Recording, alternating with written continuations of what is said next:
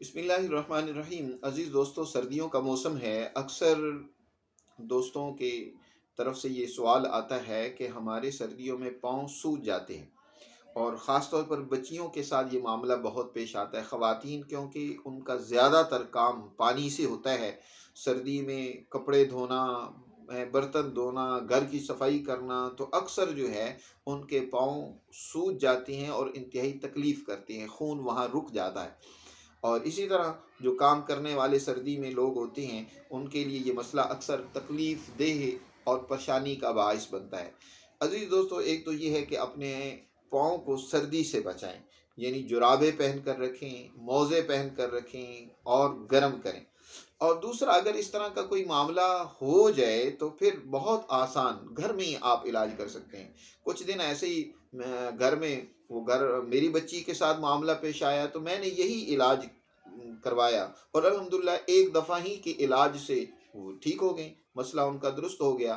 تو اسی طرح آپ میں سے کسی کو یا آپ کی بچیوں میں سے کسی کو، بچوں کو یہ معاملہ پیش آ جائے تو بہت ہی آسان علاج ہے۔ پہلے تو آپ یہ کریں کہ پانی گرم کریں، نمک اس میں ڈالیں۔ مثلا 3 کلو پانی ہے تو 3 چمچ اس میں نمک کی ڈال کر اچھی طرح گرم کریں، اور ٹب میں رکھ کر اس پاؤں کی ٹکور کریں۔ ٹب میں پانی ڈالیں اور اس کو گرم کر کے اس میں ڈال دیں، اور پاؤں اس میں رکھیں، اور اتنی دیر رکھیں جب تک کہ پانی نیم گرم ہو، تاکہ اچھی طرح وہاں اس گرمائش سے، ٹکور سے جو خون رکا ہوا ہے وہ تحلیل ہو کر اپنی شریانوں میں، وریدوں میں، اپنے راستوں پہ چلنا شروع ہو جائے۔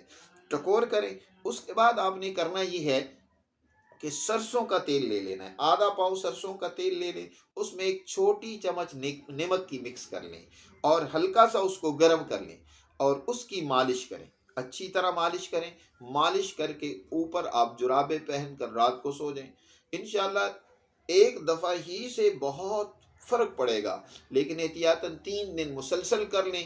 اللہ کے کرم سے 3 دن کے استعمال سے آپ کی یہ تکلیف دور ہو جائے گی۔ دعاؤں میں یاد رکھیں اپنے دوست حکیم عثمان غنی کو۔ بہت شکریہ۔